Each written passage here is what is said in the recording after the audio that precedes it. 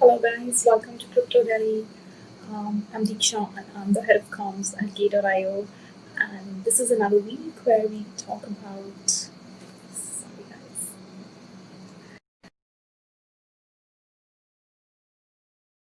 of stuff around around obviously crypto and what's been happening in India and Asia.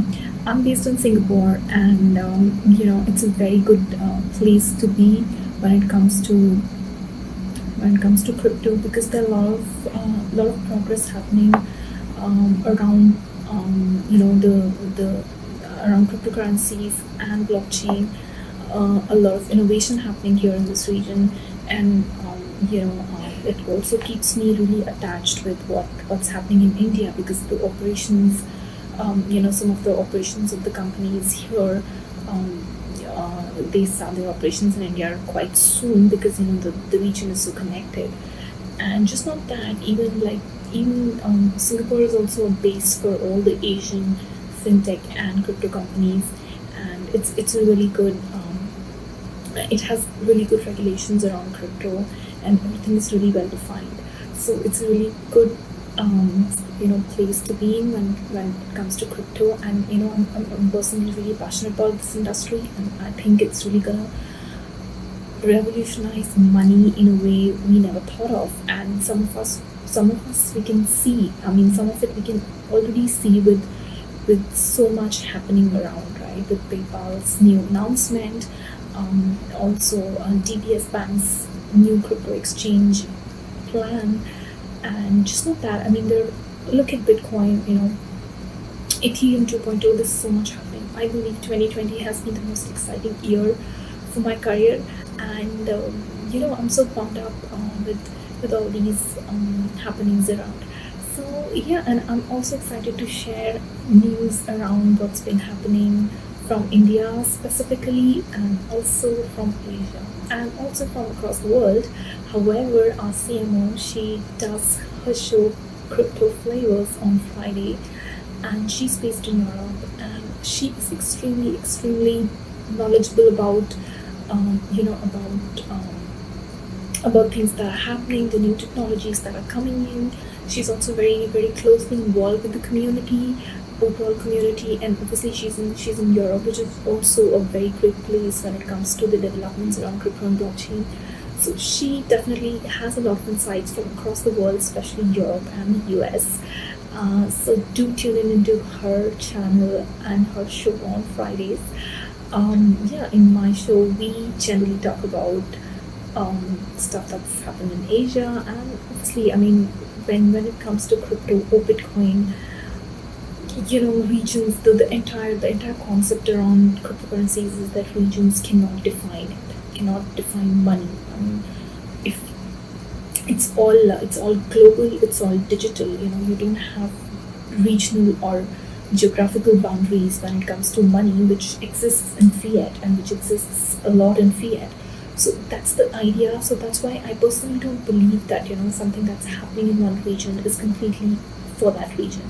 It somehow has an impact across the world, and we should all have an idea of what kind of impact it would bring to to the rest of the world, no matter where it happens, no matter if a development is happening in the US. It will definitely impact us. It will also inspire a lot of companies in Asia, and vice versa. And so yeah, so I don't consider geographical boundaries when it comes to crypto. But yeah, I mean, since I'm close to the region, I get you all the news and all the happenings, and also a lot of stuff about IO here in the show. So let's get started. And when it comes to India, it's been a really good week, fresh week. Again, a lot of developments. You must have heard of Zeppay, right? They are a crypto company, and they've announced they plan to launch a non-fungible token, which will be called as a, and they're gonna announce that soon. So all the best, Zeppy, and it's really great news for the Indian economy and for the growth that they've already been witnessing. From March this year after the ban got uplifted, and it's only growing and progressing despite all the confusion around regulations, and I'm sure that's also going to vanish soon. Also, a British fintech firm is going to introduce physical crypto banks in collaboration with Indian company Unicast in North India, and later spread across the country. But the question is, in India ready for for these kind of collaborations? I feel yes, because you know we've seen we kind of assume that Indian audiences new to crypto. I don't say that they're really advanced, as compared to the US and Asia or China for that matter, but they are growing and they are showing a lot of interest in cryptocurrencies, and it's going to be foolish to assume that things will not work the way they worked in other regions. I feel it's just that the structure and the form of communication and the form of telling people what it is about has to be a little different, has to be a little structure around the kind of audience we have, because in India you have there's this digital revolution already going on, mobile telecom revolution kind of everyone's getting used to apps, digital payments, and that market's really growing. So we have to keep that in mind, that it's the market's still growing and it's still developing. It's not what it is in China or in the US. So we need to cater to that kind of audience, which is still getting, they're getting accustomed to the entire digital revolution, the digital payment revolution. So we need to structure the messages, based on that. So I feel it's just the way we communicate to the audience, to our users, has to be a little bit different, really customized to the country. Otherwise, I don't think the audience is quite smart, and they want this. They want crypto.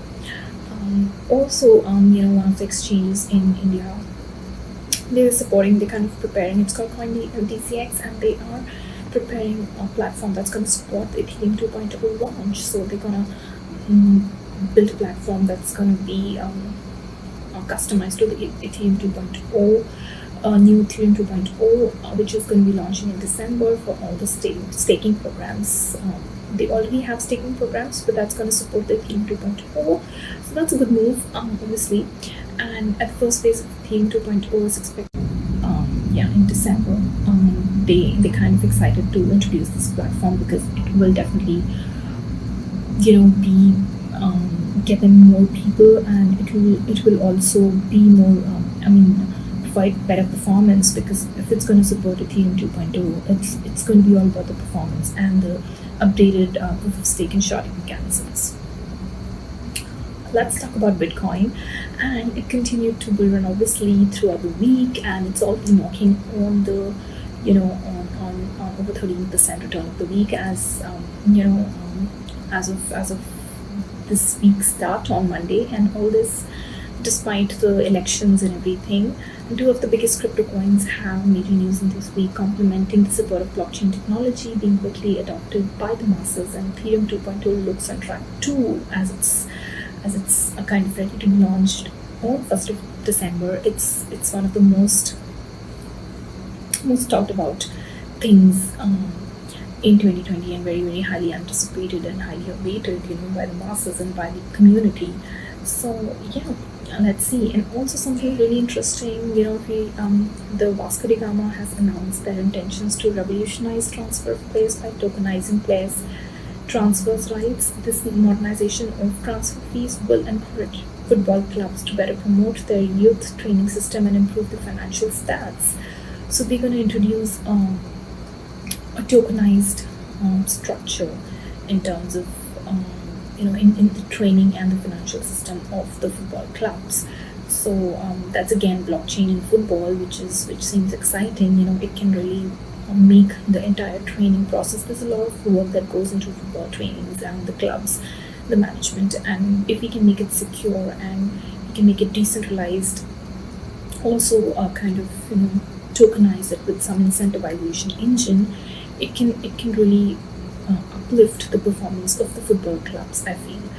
And Ethereum 2.0 phase 0 has been formalized for launch, most likely on December 1, as I said, as the deposit contracts, they went live last week, Wednesday, and can collect the necessary funds to trigger staking from December. On Wednesday, as I said, the foundation released an update on explanation of how the genesis process is expected to happen, and prospective stakers can now deposit their 32 ETH deposits to the contract through the dedicated launchpad and get ready for the launch in December.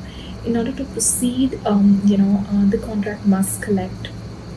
It's said that it must collect about 16,384 deposits of 32 ETH each, which is about a total of 524,288 ETH, or it's about $200 million, and the required sum must be acquired at least a week before the expected launch date. So if it's not, the launch will again be delayed, and that can quite possibly happen. But I'm sure the community is excited, so they would be able to collect the deposit for the set amount that was mentioned.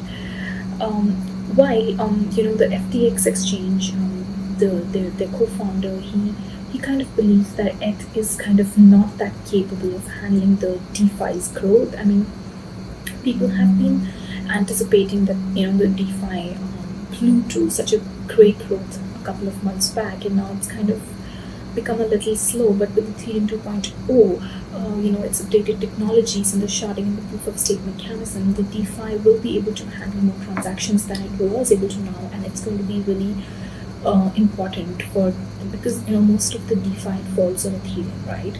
So it has to it has to affect Ethereum 2.0 will obviously positively affect the DeFi sector. That's what the community has been talking about, but you never know. I mean, if it cannot really cater to that performance that people are expecting it to, then we'll have to see. And Ethereum 2.0 may not be that I mean, that's what some people believe. I personally believe that it's going to really pump up the performance of the DeFi, and the DeFi will see another growth in the next 2 to 3 months because of the new Ethereum 2.0 launch. During also we all know the PayPal allowing allowing their customers to deal in crypto, and they said that the company's plans around crypto, that's just the beginning. He said this is just the beginning of the opportunities we see as we work hand in hand with regulators to accept new forms of digital currencies. Although crypto functionality is only available to 10% of the PayPal customers, the waiting list demand has been really heavy, he said, and has been 2-3 times what the company expected. While some speculate that PayPal is gearing up to support central bank digital currencies, it's only we only see, wait and watch. And they've also talked about the plan to collaborate with around 34 million retailers in this movement, which can be a really big move next year in Q1. Also, something very interesting, guys, the ECB, which is the Europe Central Bank, is conducting a survey on a potential digital CBDC, a potential digital euro, and they want you to participate and answer and prepare and participate, and they want your info on and you can just go to their website and sign up with your credentials, and they'll send you an email with all the info they want from you and your perspective that they want in terms of launching the digital euro. So that's something interesting. They are open to community participation, which is, I think, the base of cryptocurrency, right? Even if you look at the DeFi and the rewards program, it's all about the community. The more we participate, the more growth we see in the region and in the cryptocurrency industry overall, and in the particular project and the coin or the token. So I think that's a great move, and they kind of understanding that it wants some community engagement. And if the community is not involved, and if you don't validate or survey the feedback too well, it may fall flat later. So that's something really interesting. Also, there was a recent research which talked about how traditional finance is taking decentralized finance so seriously, because obviously the growth that DeFi saw a few months back. And the research was conducted by Crypto.com. Everyone knows Crypto.com is an exchange, and it was also done in participation with Boston Consulting Group, analyzes the uptake of decentralized services among traditional institutions. And crypto revealed in the European-wide survey of the financial institutions spanning across insurance, banking, and trading, 86% are implementing or assessing services built on DeFi framework. And it was noted that of those companies, 31% are reporting an enterprise-wide rollout or have already deployed use cases with respect to decentralized finance. Additionally, 58% of companies are concerned will lose competitive advantage by ignoring DeFi, because that's what they see, that since the ecosystem is growing so much, the DeFi ecosystem, they kind of lose if they don't really leverage on the bandwagon. And the research further shows that from 400 companies across Europe, 71% with a turnover or balance sheet of above 10 billion euros assessed or implemented decentralized finance, compared with 51% of companies turning over less than 100 million pounds. So that's a very, very positive research. It kind of just, in a nutshell, it kind of just says that companies, big companies in the banking, insurance sector, retail banking sector are taking DeFi really, really seriously, and they are also working on deploying and implementing frameworks around DeFi. So this is traditional finance taking DeFi really seriously, which is a big thing in itself. So that's it, guys, for today. As I said, we have some news coming in from Gate.io and this week, and you all see there's going to be some announcements in the media, and I'm going to update you about it next week when I'm here with you on Wednesday, same time. And alright then, thanks so much, and I'll see you next week. Bye bye, guys.